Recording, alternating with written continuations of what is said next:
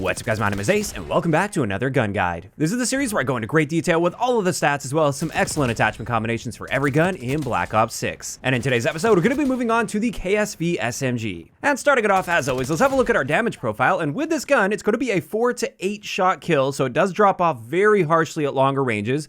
I would say even more so than most SMGs with that 8 shot kill. And then when it comes to our headshot damage, it's a 1.1 times multiplier, meaning headshots are literally useless with this gun. You will never be able to reduce the number of shots to kill with headshots compared to body shots unless you're using the CHF barrel. And with the CHF barrel, up close, it's still going to be a 4-shot kill even if every shot hits the head. And then at every other range, if you mix 3 headshots in with body shots, you can reduce the number of shots to kill. So even with the CHF barrel, not so great when it comes to headshots. I wouldn't worry about them too much unless you're going for those camos.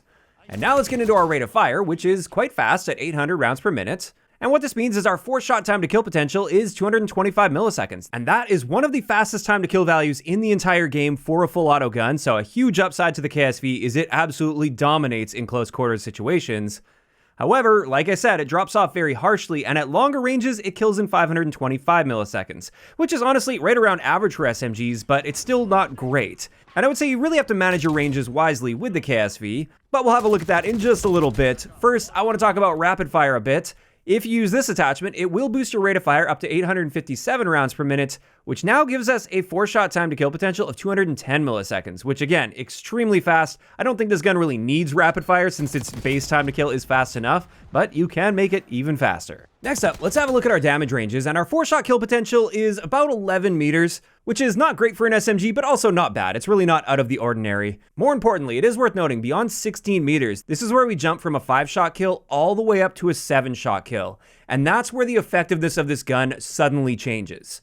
And then you really don't want to drop off to an 8-shot kill, which will take place at about 29 meters. But again, ideally, you want to try to keep yourself within about 16 meters with the KSV, because that's where there's not many guns in this game that will compete properly with this gun. However, the moment you get beyond 16 meters, it goes from amazing to suddenly not a very good gun at all. And because of that, I really do like using a barrel attachment on the KSV, and particularly, I like focusing on the long barrel or the reinforced barrel, but honestly, I do prefer the long barrel overall because this gives us a 40% boost to our damage range. So now that 5-shot kill potential is more like 22.5 meters or so. And you might notice, even without a bullet velocity boost, that's still not meeting our hit scan range. So we're still going to be within a hit scan range at our maximum effectiveness with the KSV. And that's why I do prefer that one over the reinforced barrel. However, if you put rapid fire on this, it is also worth noting you will lose 10% to your range as well as your bullet velocity. And that is just something to consider. Now, what about hardcore? Well, in hardcore game modes, we will have a 1-shot kill to the body in the maximum damage range. So from about 0 to 11 meters. And we can also get a 1-shot headshot with or without the CHF barrel in hardcore in the first 2 damage ranges. So the CHF barrel is actually useless in hardcore. And with that, we can move into our Hipfire stats, and the KSV is a big standout. Even for an SMG, it's a standout when it comes to Hipfire. It has by far the best Hipfire spread in the SMG category. Our minimum spread is just 2.8 degrees, and our maximum spread is just 6.55 degrees, whereas all of the other SMGs for maximum spread are over 7 degrees. So this is yet another really big upside to using the KSV. And then let's have a look at our recoil. And with the KSV, we do have like an S-shaped recoil plot, so it initially starts kicking upward with a bit of a lean to the right. Then after about 10 shots or so, it starts veering to the left, and then it corrects itself again and starts moving backward to the right. At the end of the day, while you do have to be aware of this S-shaped zigzag, it's not quite as harsh as some of the other SMGs like the C9 for instance, and I actually find this fairly easy to control and manage. That is, of course, unless you put the CHF barrel on. That will increase your recoil a lot. And then rapid fire honestly doesn't increase the recoil as much as I would have expected on the KSV, so it's still reasonably manageable, although fairly high recoil. But then again, like I've been saying, you don't want to be using this gun at really long ranges anyway, so as long as you're playing your ranges appropriately, rapid fire isn't so bad when it comes to recoil. Now, moving on, let's have a look at our handling stats, and our aim down sight speed isn't amazing for an SMG. It's actually a little worse than average for an SMG at 220 milliseconds. And it's a similar story with our sprint to fire time. It's just slightly below average for SMGs. It's still very manageable. You can still play aggressively with this, just not quite as aggressively as with other SMGs unless you use attachments. And then of course, when it comes to our slide to fire and dive to fire time, all of the SMGs are the same here at 320 milliseconds and 400 milliseconds respectively. Now what about our reload time? Well, by default, with the standard magazine, we have the fastest reload time in the SMG category at 1.42 seconds, so that's really nice to know. And then here's the data for the magazine attachments you can use on this as well. So with the flip mag, we alternate between 1.08 and 1.37 seconds, so you're only really gaining a notable benefit every second reload compared to the default magazine, but that is quite a nice benefit. Now, very interestingly, with Fast Mag 2, you lose 5 rounds to your magazine capacity in exchange for a faster reload, but your reload speed is only 0.02 seconds faster, so this is absolutely not worth using. Stay far away from that attachment. Then with Extended Mag 1, we get a 40-round magazine with a slightly slower reload time at 1.63 seconds. That's still very reasonable though. And then with Extended Mag 2, this gives us a 50-round magazine with a 2.28 second reload time, which is very slow, and therefore I tend to lean toward just Extended Mag 1 or even just the base magazine with this gun since it reloads so quickly by default.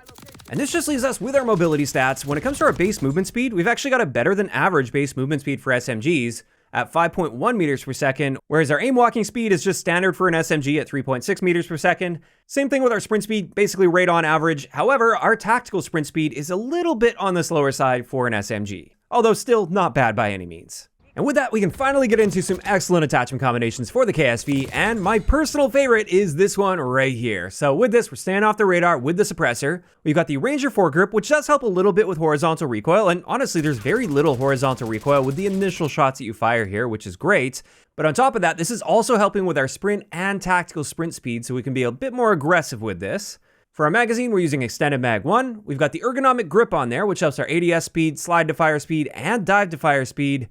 And then finally, we've got the Infiltrator stock, which allows us to strafe in gunfights a lot more effectively. And this just makes for a super nice, balanced, stealthy setup. I would love to get a long barrel on there as well, but I really don't want to sacrifice any of these other attachments. I feel they're all too important to put a long barrel on. And I've managed to find tons of success with this. It's actually one of my go-to favorite SMG builds in the entire game. Now, in saying that, if you really want to squeeze maximum effectiveness out of this, you can use the Gunfighter wildcard, which gives us 8 attachments, and in this case, I like going for maximum accuracy, so we've got the compensator, the vertical foregrip, and the recoil springs, which gives us an incredibly accurate version of the KSV.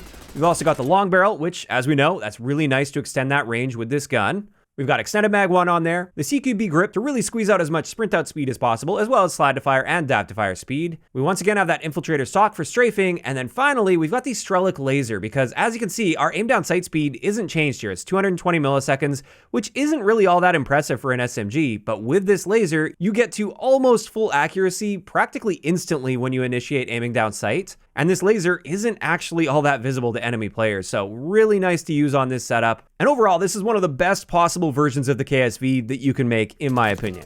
In saying that though, I've got one last build to share for you guys, and this is a Tac Stance build. Turns out this gun actually excels quite a bit in Tac Stance. However, unlike in Modern Warfare 3, we do have to use the tactical laser in order to activate Tac Stance. And an interesting thing about this is, at least in the game's current state, while that laser is very visible to you in first person, at the moment, it seems to be bugged out, and enemies can't actually see this laser at all. It's not like it's a faint laser or anything, it's just not there. The enemy in this clip is also using the laser right now, and it's really visible for them, but not at all for me. I don't believe it's meant to work this way, and perhaps this is something that will change down the road, or maybe it was even just bugged out from my testing here. In either case, I just thought that was an interesting fact that may change down the road. But on top of that, we do have Extended Mag 1, the CQB grip, the Infiltrator stock, since when we're in Tac Stance, that takes our aim walking movement speed as if we were fully aiming down sights, or at least it's a multiplier based on that. You do move a little bit faster than if you were fully aiming down sights. And therefore, if you are going to be strafing back and forth while in Tac Stance, the Infiltrator stock is the best option here. But then of course, we're topping this off with rapid fire for the fastest time to kill potential possible. And if you keep yourself right up close and personal, you can absolutely dominate the enemy player, because we have an insanely fast time to kill potential that basically no other full auto gun can properly compete with. That Tac Stance spread is also nice and tight, so you should be hitting most of your shots up close. Sure, we lose some range and bullet velocity to that, but that's okay because we're really not going to be challenging any longer range gunfights with this anyway. And I just find this is a nice, fun change of pace to use that's actually quite effective as far as Tac Stance builds go in this game. And with that, that's going to wrap it up for today's gun guide on the KSV. As for my thoughts on this gun, it's one of my personal favorites. I absolutely love this SMG. It's one of my go-tos. It's really easy to control that recoil, in my opinion, at least within the ranges that you should be using it. And that's really the key to the KSV, is you have to know where the effectiveness drops off with this gun, and you got to make sure that you're not challenging those long-range gunfights unless you're just super confident in that situation and you just know you're going to be able to win that gunfight even with a slow time to kill. Now, of course, these are just my opinions, and I'd love to hear what you guys think about the KSV in those comments down below. Also, if you guys have missed any of the previous gun guides, I will leave a link to the playlist in the description down below, as well as my spreadsheet, which I have now updated for you guys, and I will be keeping that updated as time goes on and as weapon balancing happens. If you guys enjoyed this one, a like rating is always appreciated, and don't forget to subscribe for more if you haven't already. I'll talk to you guys next time.